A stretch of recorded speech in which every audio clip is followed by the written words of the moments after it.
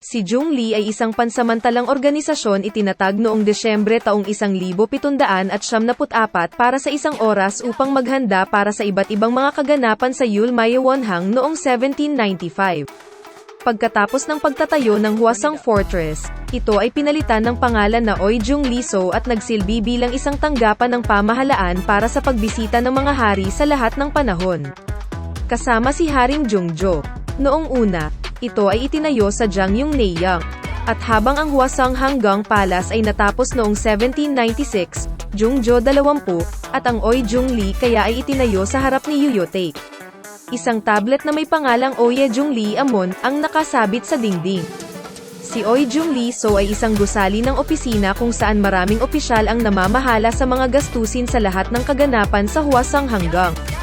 Ang branch office ng Bureau of Arrangements, tinatawag na Ojungli kaya sa Korean, ay orihinal na itinatag bilang isang pansamantalang koanihan na nakatuon sa paghahanda ng maharlikang piging. Ipinagdiriwang ang ika-60 kaarawan ng ina ni King Jungjo noong 1795. Nang maglaon, naging permanenteng opisina ng pamahalaan ang institusyong ito na mamahala sa paghahanda ng mga kaganapan sa pansamantalang palasyo at pamamahala ng mga kaugnay na gastos. Kasama sa mga responsibilidad ng opisina ang pangangasiwa sa pananamit ng mga opisyal, pagkain ng militar, pagkain ng kabayo, at pagkukumpuni ng mga gusali ng palasyo. King Jungjo ng Joseon Dynasty sa Korea nagdisenyo at nagtayo ng Hwasong Hanggang Palace sa Suwon City para sa reformatibong politika.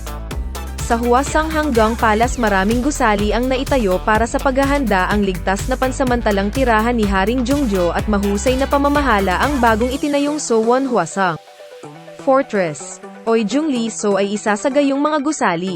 Si Oijungli So ay isang gusali ng opisina kung saan maraming opisyal ang namamahala sa mga gastusin sa lahat ng kaganapan sa Hwasong Hanggang. Upang matiyak ang maayos na pag-usad ng kaganapan kung saan bumibisita si Haring Jungjo, at pamahalaan ang Suwon Hwasong Fortress sa mga normal na panahon na hindi bumibisita si Haring Jungjo. Maraming opisyal ng gobyerno ang kailangan. Sa pamamagitan ng pagbuo ng isang espasyo kung saan sila nagtatrabaho, tinawag itong Oijungli So. Haring Jungjo binalak na magtayo ng maraming gusali para sa mga opisyal ng gobyerno. Tinataya na ang Suwon Hwasong Fortress ay binalak na umunlad, kasing dami ng Hanyang. Ang kabisera noong panahong iyon. Kung ikukumpara sa Hanyang, ang kabisera ng Joseon Dynasty sa Korea, ang lungsod ng Suwon ay 7% lamang sa lahat ng aspeto noong panahong iyon. Sa lungsod ng Suwon, Haring Jungjo dapat manatili ng 10 araw bawat taon at tiyak na hindi ito komportable sa kanya.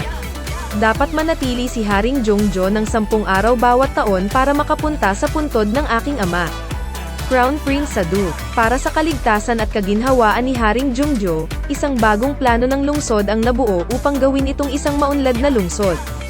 Haring Jungjo nangangailangan ng maraming opisyal ng gobyerno pagsasagawa ng mga planong ito at inutusan silang magtrabaho sa isang gusali na tinatawag na Oijungli So.